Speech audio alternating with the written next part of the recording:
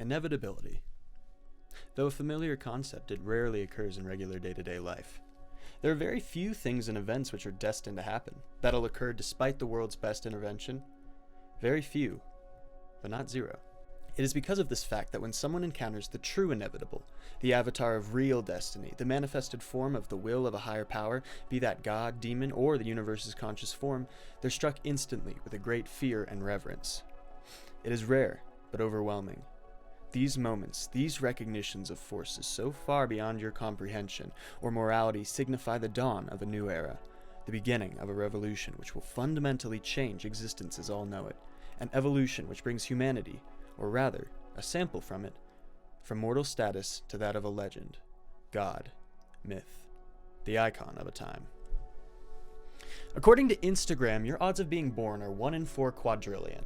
It's ridiculously unlikely, almost laughably impossible. For most people. For almost every person. All but one. In 2015, indie developer Bethany Esda created a small game studio called Bethesda, which released the game Fallout 4. Obviously, this title was a joke as it was the first game in the series, but the game was semi-popular, to the degree that it caught the attention of 2 creators working with the game journalism website Polygon, Justin and Griffin McElroy. Justin and Griffin had a show on Polygon which has since moved to their own channel. It's called Monster Factory. Normally, during an episode of Monster Factory, the boys would utilize the most extreme character creators of different video games to design and play with interesting and funny characters who fall outside the realm of traditional human design. The show is, and was, very popular with gamers and comedy enthusiasts. Now, normally when creating a character for Monster Factory, it would be a wholly original character created by the boys with no actual individual consciousness, simply an avatar through which to enjoy the story or the gameplay presented by the video game in question. But, on November 12th, 2015, they encountered something which they had never encountered before. They began their character creation normally, beginning with the female avatar first, and by that point, their fate was already sealed. As if acted on by forces outside his control, Griffin, who normally acted as the pilot for Monster Factory, began sculpting the woman into a form which would live in infamy for eternity. Despite believing that Griffin was still in control, the effects of the great power that was influencing Griffin caused both of them a sort of discomfort. Griffin noted that he had been hungry before starting his work, but that now his hunger had been wiped away. I was actually a little bit hungry before we started, and that's just gone now. Can you imagine? The great power and influence that would be necessary to completely wipe away someone's hunger? Many would liken such an action to that of a messiah.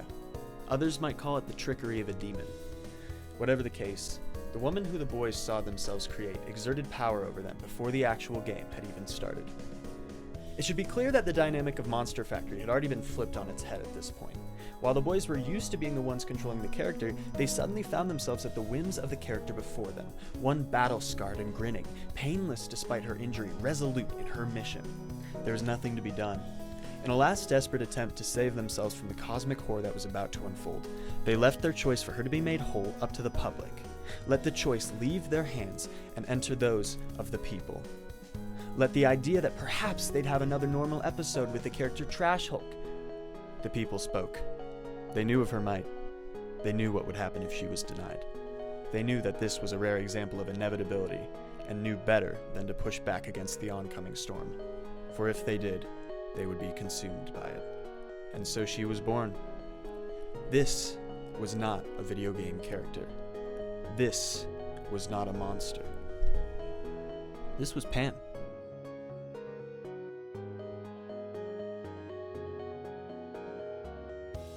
In my day-to-day life, I'm occasionally asked who the most powerful character in pop culture is. It's a classic setup. Who would win in a fight? Batman versus Superman. Could Goku beat Saitama? No. A great relief washes over my body, mind, and soul now as I recognize that finally, the great debate can be put to bed. The answer is clear and undeniable. Is Pam. When Griffin and Justin finally left the character creation screen, unleashing Pam against the world, they knew not what they had done. Almost immediately, Pam displayed her power by shrinking her husband to knee height, then growing him to 8 feet in height. Now let us briefly examine Pam's relationship with her husband. Despite recently having had a son together, it's clear that Pam and Trash Hulk are not happy together. We see Pam test the limits of her power on him several times, likely because she doesn't respect him as her partner. Later in the series, Pam will go on to state that Trash Hulk was a terrible husband, as she enters into a better, healthier relationship. To that effect, it's clear that Pam is someone who values partnership romantically, as during her marriage to Trash Hulk, she participates in a sordid domestic affair with the housekeeper, Codsworth, referring to him affectionately as Three-eyed metal husband. Do not tell Trash Hulk about our relationship. She puts minimal effort to keeping this relationship a secret, talking openly about it with Codsworth while Trash Hulk is home, only silencing herself when he lumbers into the room. Hey, what's going on in here? Oh, nothing, Trash Hulk. Trash Hulk, however he ended up with Pam, seems mostly oblivious to his cuckoldry, even when Pam slips up and calls Codsworth metal husband right in front of his face. She shrinks Hulk again, reducing him to a quantum state to such a degree that he gets lost in the linoleum floor. She then, in a test of her own power, shrinks herself to the same scale effectively, allowing her to see partially past the borders of reality. I often wonder if it was this look past the boundaries of life which informed Pam of her great goal, a goal which she would begin pursuing soon after the bombs started falling on her home. As the neighborhood panics, Trash Hulk grabs their son and begins fleeing to the local vault with Pam. Pam, ever pragmatic, recognizes quickly that there won't be enough resources for everyone once the bomb drops, and for the first time, displays the true extent of her power. Without any explosion, no spray of blood or crack of gunfire, Pam ends the life of every human in the neighborhood silently, all of them simply collapsing to the ground dead, save for Trash Hulk in the sun. However, a pilot who was passing overhead and had been caught in the mortality wave dies in the air, sending his whirlybird careening towards the ground where it makes contact with Pam, killing her. But like Christ in a cave, Pam is resurrected. Only it doesn't take 3 days. Instead, she returns in mere moments, aware of her misstep and unwavering in her drive, thrown a few seconds back in time. From a safer position, she kills everyone again and forces the whirlybird to crash into a backyard barbecue being hosted by her neighbors, the Smiths. How your backyard barbecue go, the Smiths? Pretty good, it doesn't seem. Who had foolishly decided not to invite Pam. Next time you invite Pam. Their fates were sealed by that decision. Pam finds Mr. Smith's dead body and steals his bathrobe, not out of necessity, but to shame him for his blasphemy, laughing as she strips him. When they finally reach the interior of the vault, Pam, in her eternal insight, knows something is wrong. Once again, horribly but without sound, she slaughters the inhabitants of the vault, taking their clothes and moving forward. Griffin and Justin at this point have already made peace with Pam's great and terrible power, and with knowledge of the tragedy she will be forced to endure, comment on the nature of the world Pam is forced to inhabit. They recognize that Pam's power is so great she could easily prevent the incoming murder of her husband, however, that in the grand scheme of things, it is this murder which will push Pam to become what she must, Justin commenting, In one sense, you should be able to stop it. In another sense, you won't. even the most powerful figures understand the value and heartache of true sacrifice, but not all is lost. In fact, in a few short moments, Pam will meet someone who makes her forget all about Trash Hulk. But we're getting ahead of ourselves. Pam attempts to stop Trash Hulk's murder, but finds the universe held in stasis after successfully doing so.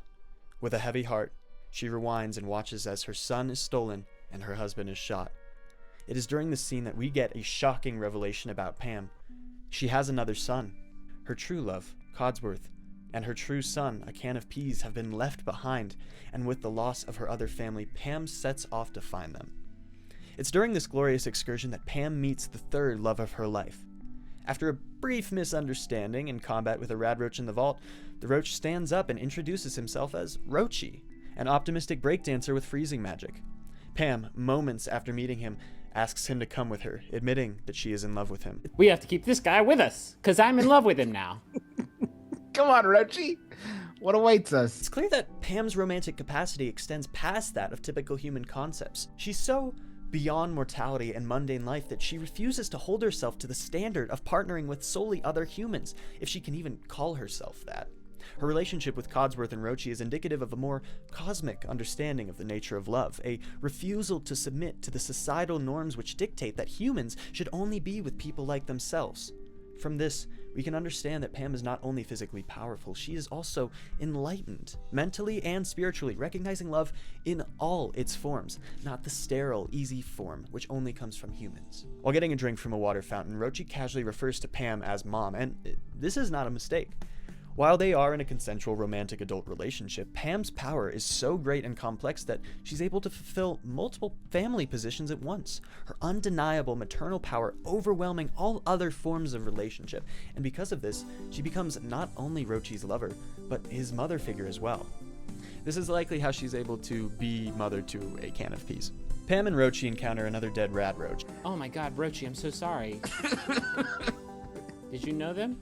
And though we've seen Pam kill several times out of necessity, in a touching display of tenderness where she apologizes to Rochi and asks if he knew them, she illustrates that, though she has a great propensity for violence, she's also a caring and empathetic individual, and recognizes the great toll that death takes on others.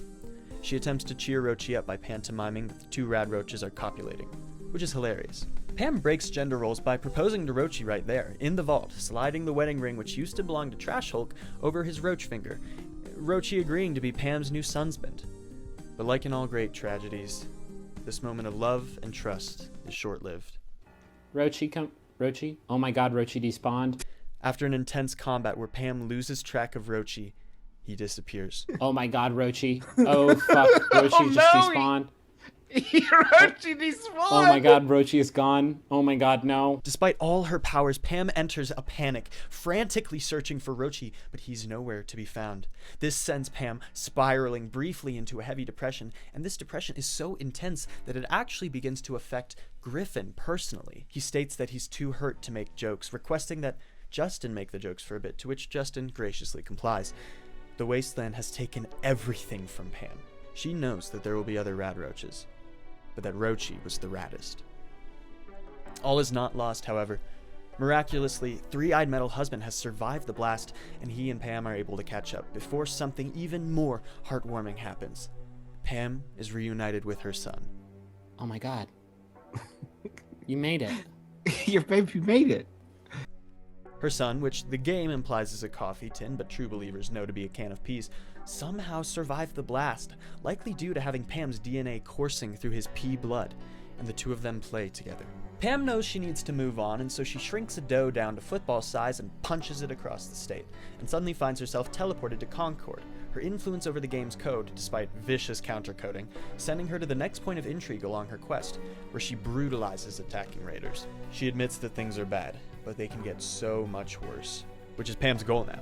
After having everything taken from her, her home, her husband, her way of life, it is time for her to enact her vengeance not just on the world, but reality itself.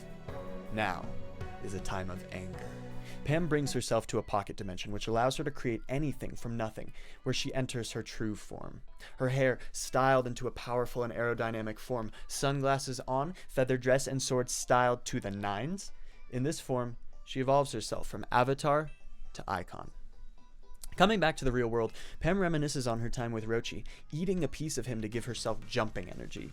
Pam clearly values companionship above most other things, not always romantically though.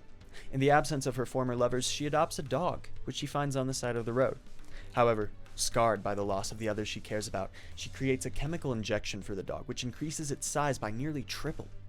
Though Pam has found herself in a time of rage, she still illustrates how much she cares about the people close to her, and what she's capable and willing to do to protect them. The dog now has telekinetic bites, a bleed over from the time spent around Pam's immense power, and he kills a mole rat which attacks the two of them, demolishing the mole's body. Curious to the extent of her power, Pam revives the mole rat, discovering that, to her horror, though she can restore life to just about anything which has died, she cannot reverse the physical damage done to them, the mole standing with a head of pure gore and viscera, which the dog mercifully destroys again. Though initially disgusted, in her rage, Pam decides that I got to go do that to a human. Her fury is undeniable and aimless. After brutally slaughtering a number of raiders attacking a museum with a battle axe, she attempts to revive a dismembered attacker, only to accidentally create a second living version of him, which is inextricably connected to the desiccated corpse beneath him.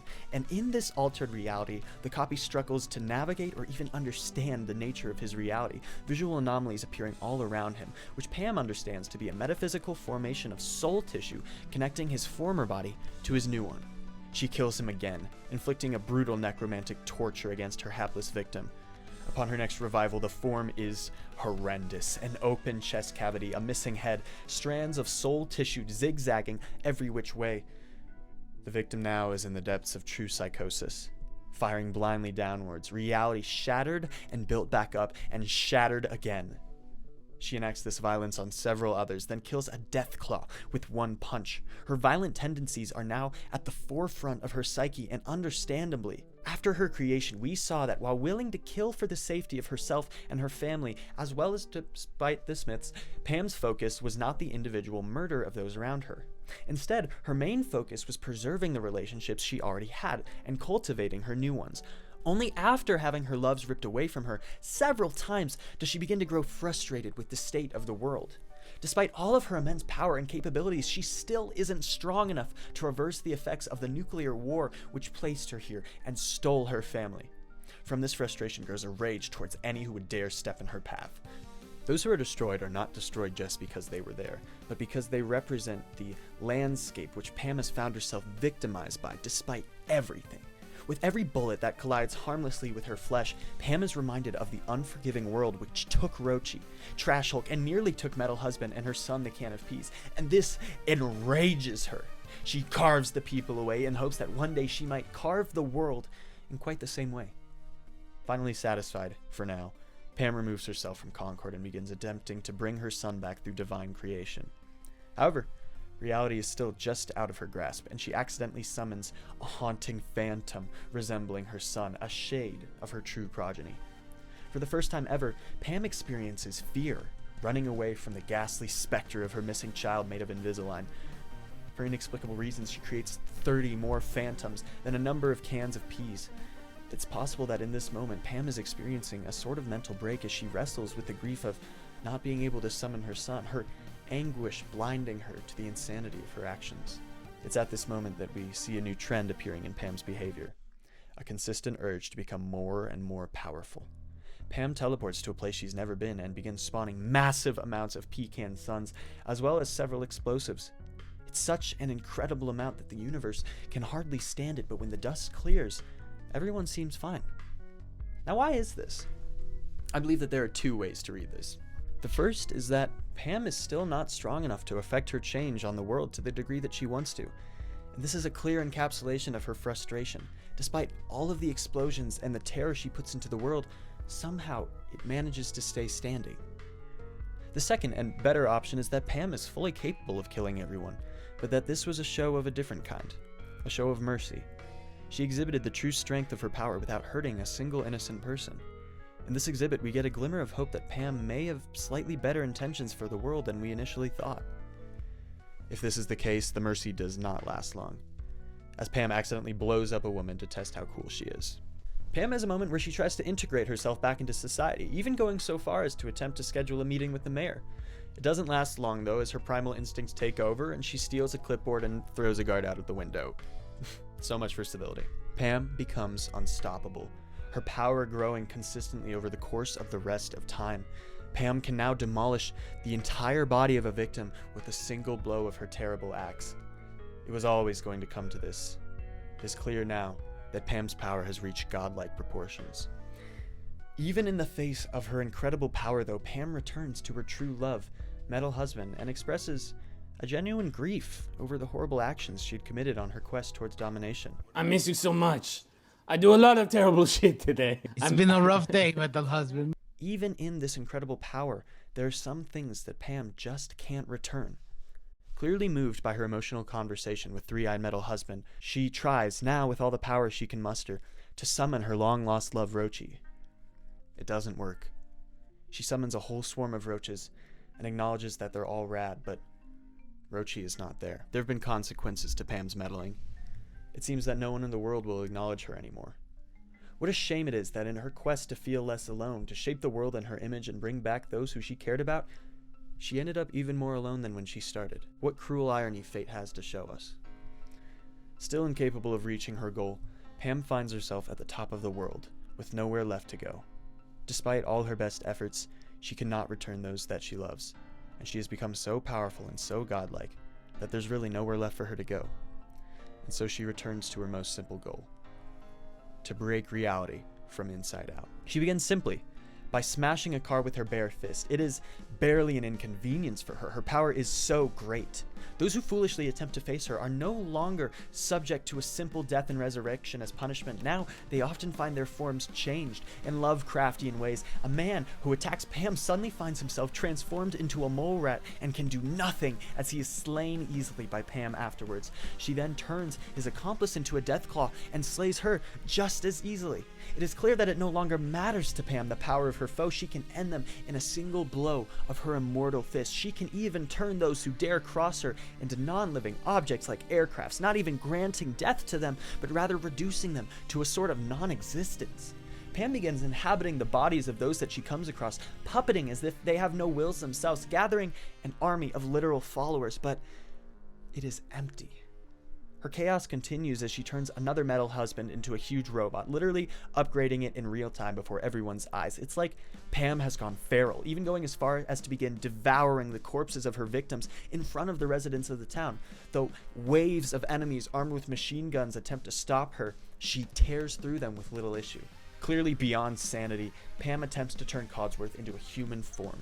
The form is pretty sexy, but it's wrong. Like everything Pam has accomplished, the human version of Codsworth is able to move around like any mortal man, a testament to Pam's power, but he's aggressive and goes on to attack potentially friendly civilians Pam encounters. Finally, things spiral out of control as Pam begins unwriting specific parts of the universe. The effects are immediately visible, and the landscape becomes a surreal hellscape where days pass in seconds before the skyline becomes a spinning geometric nightmare. Reality is clouded out by darkness as Pam finally accomplishes her goal of destroying everything. And just as suddenly as it's gone, it's back. Pam, in her incredible power, reveals that she in fact can return the world to the way it was before anything had gone wrong, before losing any of her husbands, before even the bombs dropped. She's created a perfect, deathless paradise where even the pilot who crashed at the beginning of Pam's existence is allowed to survive his terrible crash easily. But this is a time before the bombs dropped. Doesn't that mean that Pam never would have met Rochi? The thought is terrible, but as Pam returns home, she finds someone waiting for her in her son's crib. Oh!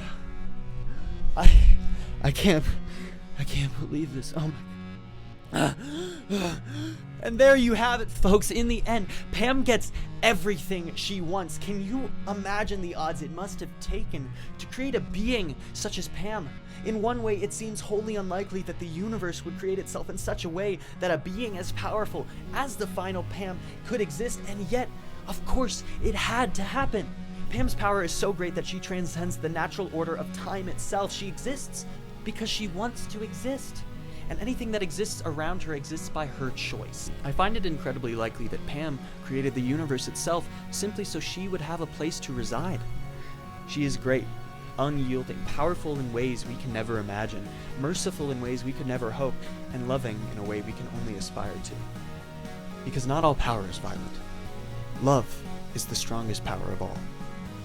And who loves more than the Final Pam? Hello, metal husband.